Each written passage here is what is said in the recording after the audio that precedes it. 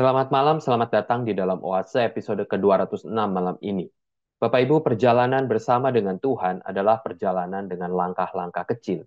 Perjalanan yang dijalani dengan pelan, perlahan, namun di dalam setiap langkahnya penuh dengan kesadaran kita sedang bersama dengan Tuhan. Tiap langkah adalah penyertaan cinta Tuhan dalam kehidupan kita. Bapak Ibu, langkah-langkah kecil yang kita ambil sesungguhnya adalah nyala lilin di dalam kegelapan.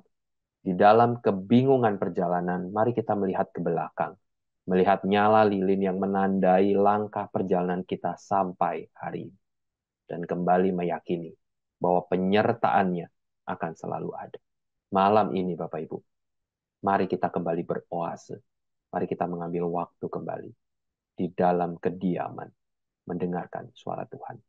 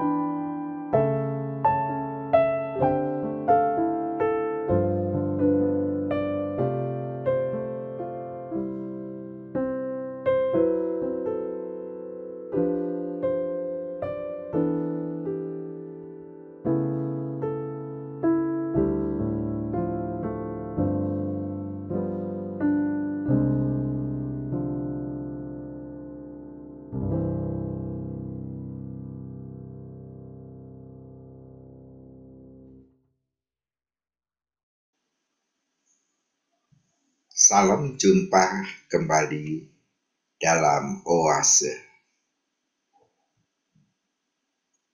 Sebelum kita membaca firman Tuhan, mari kita berdoa terlebih dahulu.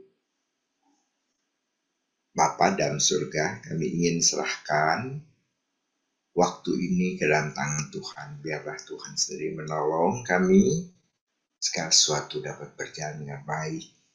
Dan semua Tuhan tolong membuka pikiran dan hati kami supaya sungguh firman-Mu boleh tinggal di dalam hidup kami dan hidup kami menjadi hidup yang sesuai dengan firman Tuhan. Terima kasih ya Tuhan, kami serahkan waktu ini ke dalam tangan-Mu. Dalam nama Tuhan kami Yesus Kristus. Amin. Kita akan membaca dari Keluaran pasal 33. Kita akan membaca ayat 21 sampai dengan ayat yang ke-23.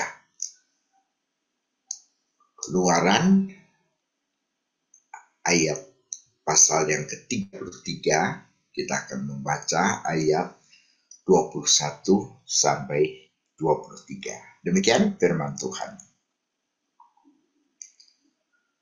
Berfirmanlah Tuhan, ada suatu tempat dekatku di mana engkau dapat berdiri di atas gunung batu.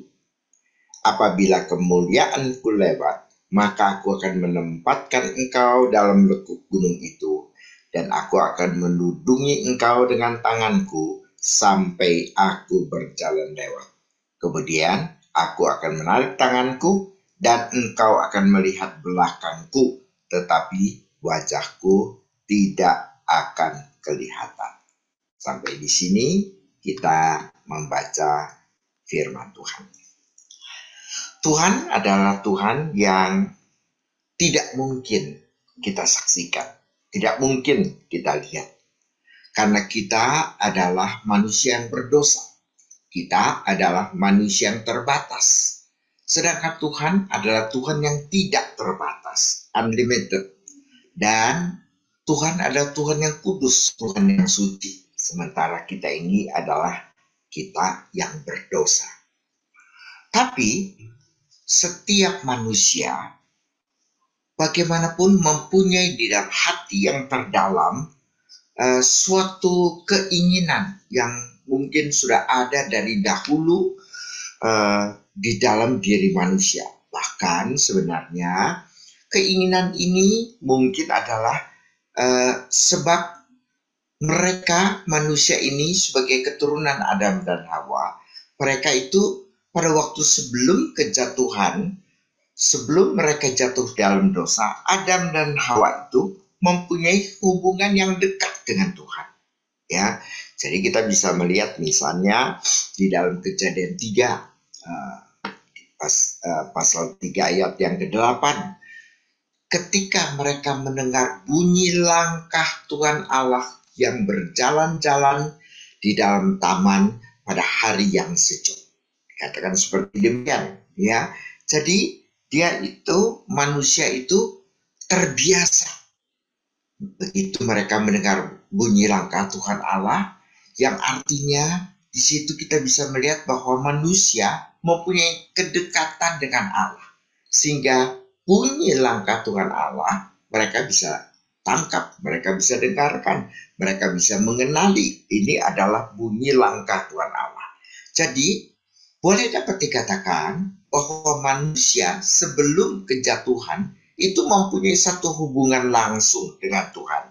Ya, memang tidak tergambarkan atau tidak terbayangkan juga sebenarnya pada waktu itu Tuhan menampakkan diri kepada manusia itu di dalam rupa yang bagaimana, ya. Tetapi kita melihat bahwa Tuhan dan manusia pada waktu belum kejatuhan itu mereka ada berhubungan langsung. Tuhan bisa memberi perintah, tidak boleh makan buah pohon, dan kemudian manusia dapat mendengarkan. Ketika mereka jatuh ke dalam dosa, Tuhan bisa mempertanyakan, apakah engkau makan buah pohon yang terlarang itu? Lalu Adam bisa menjawab, ya. Jadi ada sebuah komunikasi yang langsung antara manusia dengan Tuhan pada saat itu. Tapi kemudian setelah mereka jatuh ke dalam dosa, lalu kemudian mereka itu diusir dari dalam Taman Eden, maka pada saat itu antara manusia dengan Tuhan terbentang suatu jurang yang tak terseberangi. Allah tidak lagi menjadi Allah yang jelas. Allah menjadi Allah yang tersembunyi. Ya, Allah itu membuat manusia itu kemudian menjadi sibuk untuk kembali kepada status mereka semula sebelum mereka jatuh ke dalam dosa, yaitu mereka dapat berhubungan dengan Tuhan. Tuhan jelas bagi mereka dapat bersoal jawab, langsung kemudian bercakap-cakap dengan Tuhan, berkomunikasi dengan Tuhan.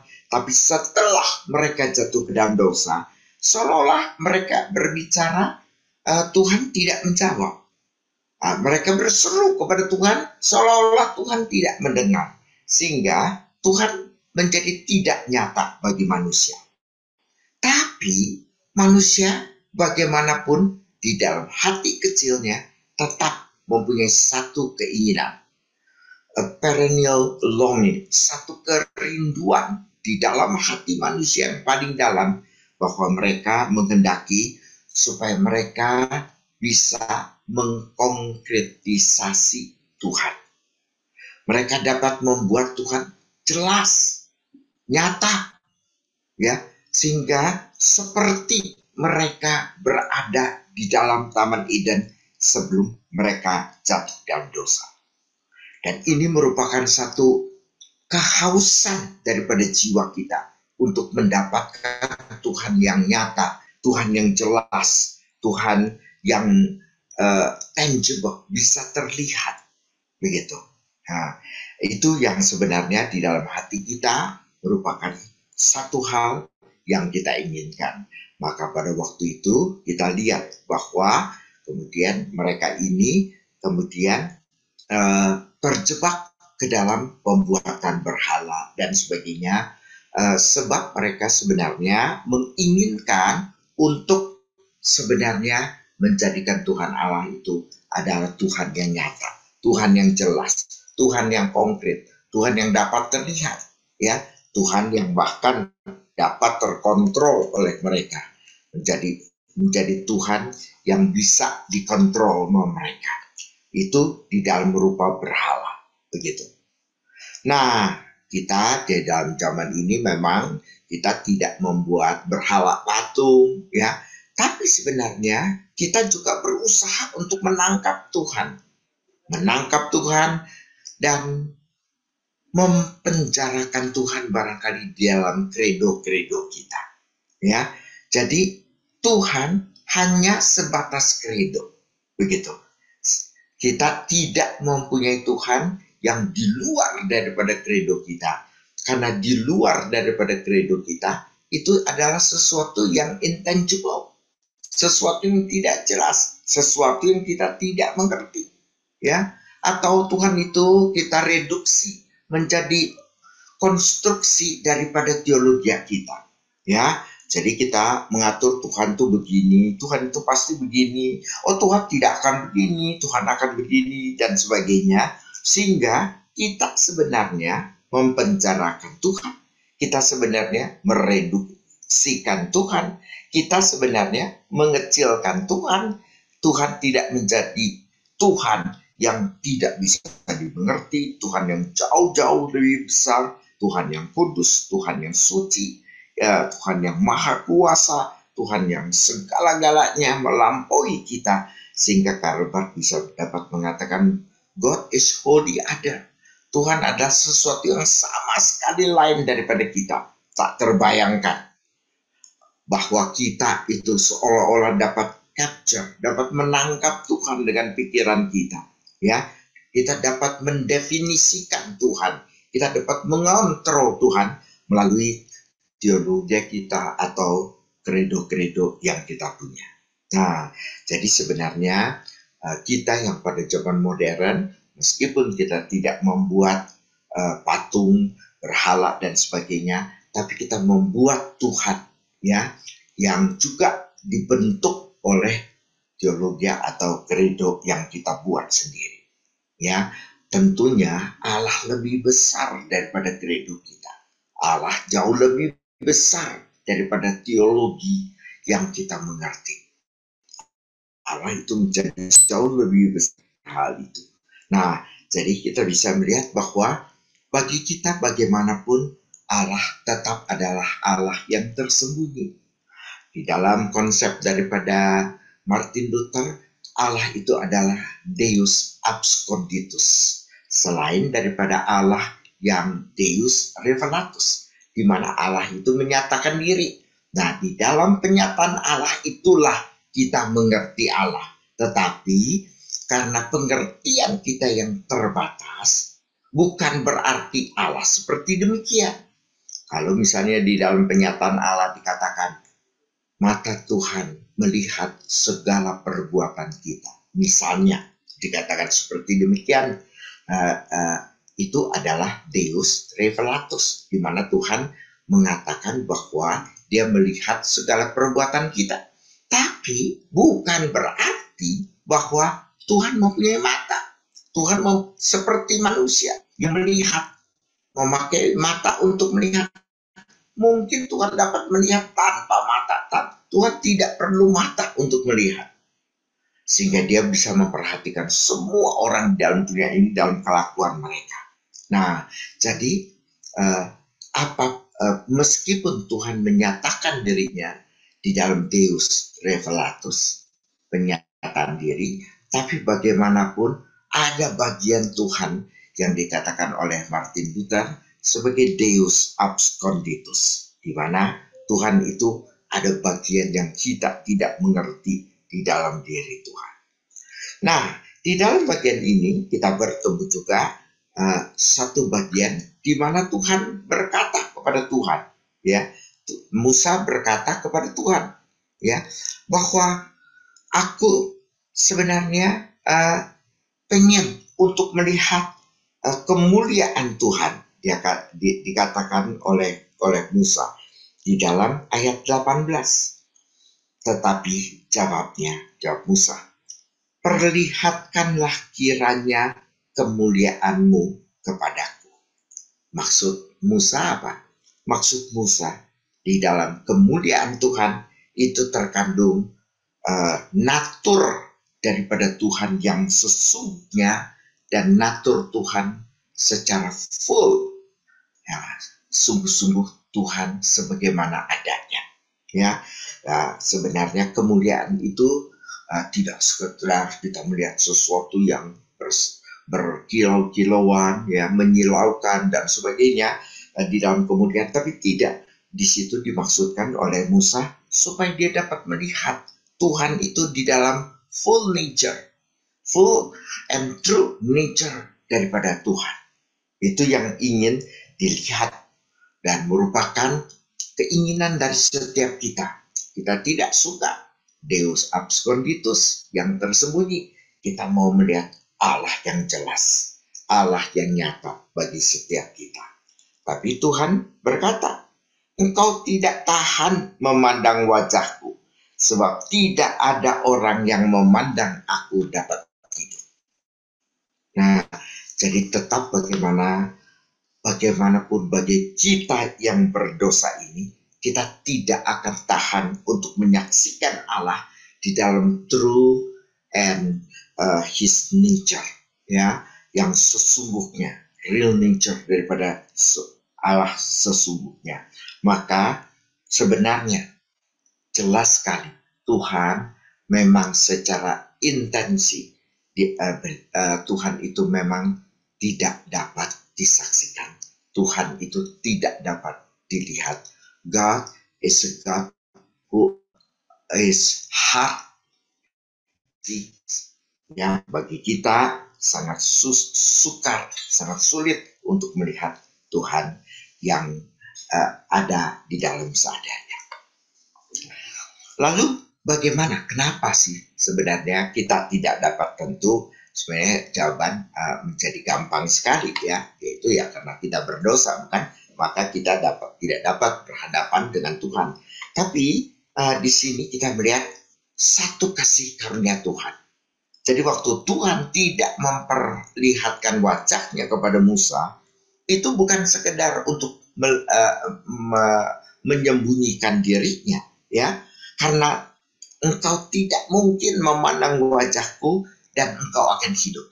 Engkau pasti akan mati pada waktu memandang wajah, karena Tuhan ada Tuhan yang suci. Manusia adalah manusia yang terbatas dan manusia yang sudah jatuh ke dalam dosa.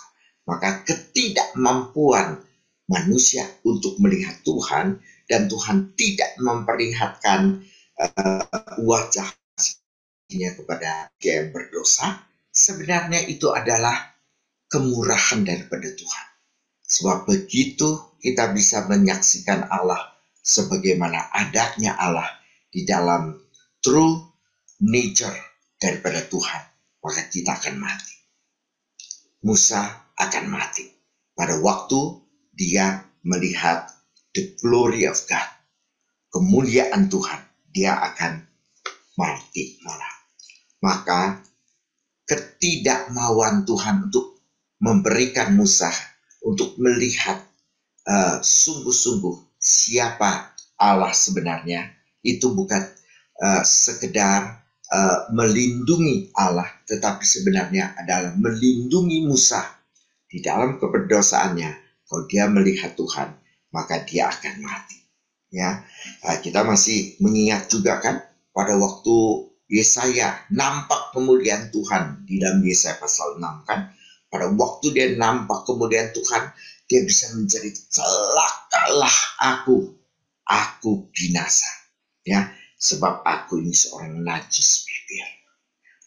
Dia tidak melihat kemuliaan Tuhan yang sebelumnya, ya, dia cuma melihat kemuliaan Tuhan sebatas sekian doang, ya, tapi Yesaya dapat berseru, aku binasa karena aku ini orang yang najis bibir.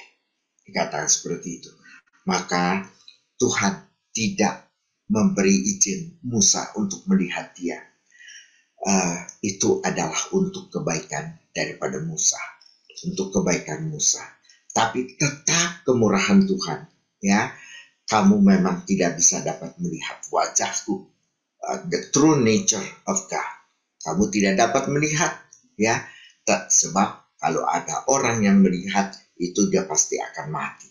Tetapi Tuhan mengizinkan, aku akan menutup mata, ya, maka aku akan lewat. Setelah aku lewat, aku melepaskan tanganku pada matamu sehingga engkau dapat melihat belakangku, ya, the back of God. Dan Tuhan dalam kasih karunia-Nya menyaksikan, memberikan izin kepada Musa untuk dapat melihat belakang daripada Tuhan, the back of God. Tidak sejelas face to face, berhadapan dengan wajah, tetapi kita melihat Tuhan mengizinkan untuk Musa dapat melihat sebagian belakangnya Tuhan, kemuliaan daripada Tuhan, dan true nature of God, tapi hanya bagian belakangnya. Tetapi itu semua adalah for the sake of Moses. Karena kalau dia melihat wajah Tuhan, dia akan mati. Tetapi Tuhan bukan sama sekali tidak mengindahkan permintaan daripada Musa. Dia tetap memberikan Musa untuk dapat melihat belakang daripada Tuhan. Hal yang kedua, selain daripada Tuhan melindungi Musa, Tuhan berkasihan kepada Musa. Yang kedua, di sini kita melihat kita sebagai manusia berdosa mempunyai keterbatasan epistemologis. Ya, kita itu adalah manusia yang terbatas. Kita manusia yang terbatas. Sehingga pada waktu kita mau mengerti Tuhan, jelas tentang Tuhan, ya, persepsi kita itu tidak memungkinkan. Kapasitas persepsi kita pertama terbatas, kedua berdosa. Maka kita melihat itu menjadi kesulitan epistemologi bagi manusia untuk bisa mengerti Allah. Bagaimana yang dicipta mau mengerti yang pencipta? Bagaimana yang dicipta mau mengetahui seluruhnya mengenai pencipta? Seolah-olah seperti pencipta ini menjadi objek daripada kita. Dan kita, ciptaan ini merupakan subjek. Nah, di situ kita melihat kesulitan epistemologi daripada manusia yang merupakan ciptaan. Kita tidak mungkin bisa mengerti pencipta kita. Seperti kita andaikan misalnya seekor semut mau mengerti manusia. Bagaimana mungkin seekor semut mau mengerti mengenai manusia sepenuhnya tanpa suatu hal yang tersembunyi dari manusia. Nah, kapasitas daripada persepsi semut itu tidak mampu untuk menguasai dan melihat kita dengan jelas. Dan demikian pula kita tidak dapat mengerti, tidak dapat mengetahui dengan jelas tentang Tuhan karena kita sebenarnya adalah cuma makhluk ciptaan daripada Tuhan.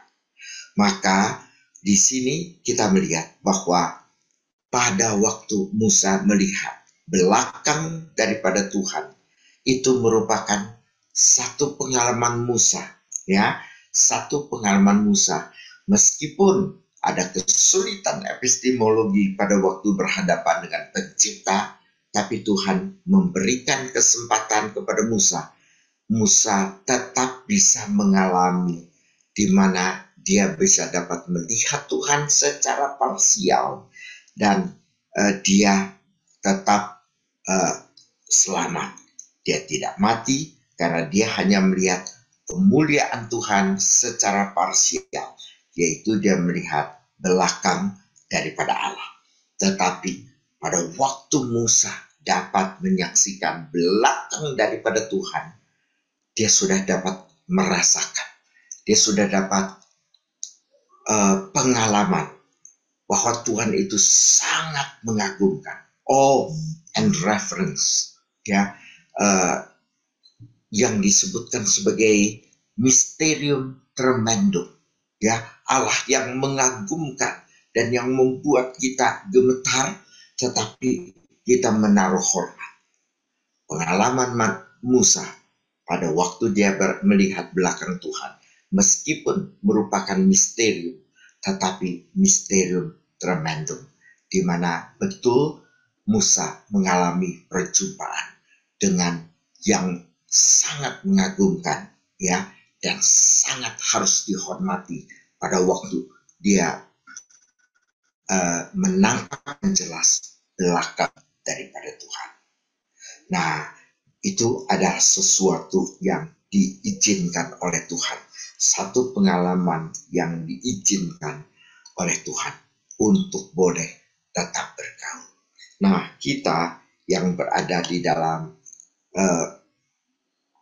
perjanjian sudah diberikan Yesus Kristus, Yesus yang menjadi manusia. Di situ kita melihat bahwa kita dapat berjumpa dengan Tuhan, dapat merasakan kehadiran daripada Tuhan Yesus. Nah, melalui pekerjaan Roh Kudus kita dapat menangkap, sehingga kita seperti Musa dapat melihat belakangnya Tuhan dengan anugerah Tuhan, dengan pekerjaan daripada Roh Kudus yang menyaksikan Yesus Kristus, sehingga Yesus itu bisa hidup di dalam diri kita. Maka itu adalah anugerah Tuhan. Seperti Musa yang dapat melihat belakang daripada Tuhan, kita pada zaman ini diizinkan untuk mempunyai pengalaman yang sama dengan Musa, yaitu merasakan bertemu dengan Tuhan, merasakan persepsi bersama dengan Tuhan. Di sana kita bisa melihat seolah-olah seperti Musa, kita dapat menyaksikan belakang daripada Tuhan, menyaksikan misterium tremendum yang membuat kita kagum, makin kagum akan Pencipta kita, tetapi membuat kita makin ingin menyembah Dia, makin ingin mengasihi Dia. Maukah Anda untuk berjumpa dengan Tuhan yang berkasih karunia kepada kita? Mari kita berdoa.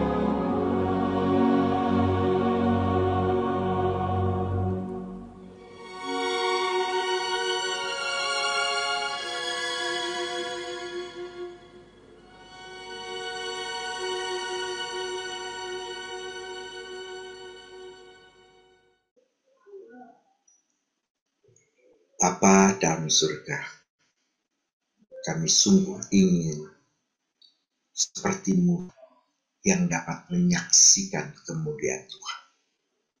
Bukan karena kami ingin memberhalakan Tuhan atau memencarakan Tuhan di dalam konstruksi teologi kami.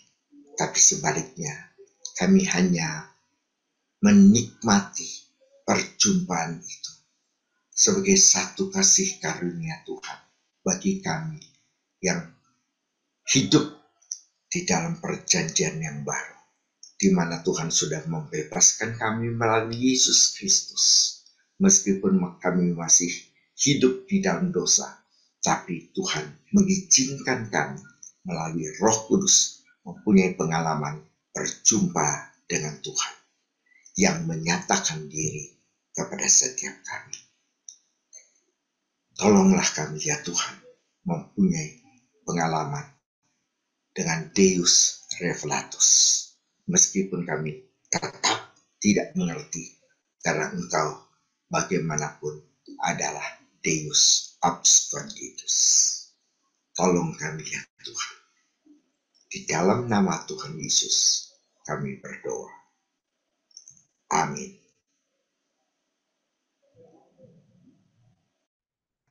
Bapak Ibu, pelayanan Oase adalah pelayanan mingguan. Silakan mengikuti Oase melalui YouTube. Bapak Ibu bisa subscribe YouTube channel SMC untuk mendapatkan reminder setiap minggu malam.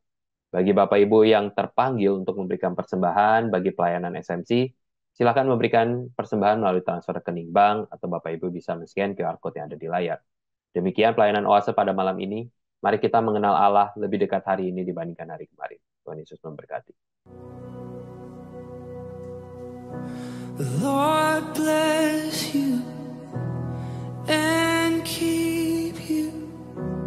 Make His face shine upon you and be gracious to you. The Lord turn His face toward you and give you peace.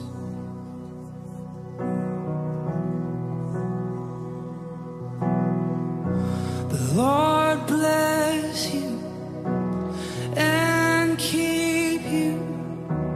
Make His face shine upon you and be gracious to you.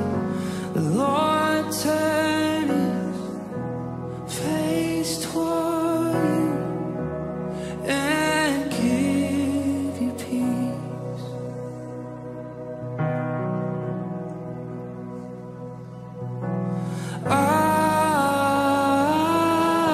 Amen. Amen. Amen.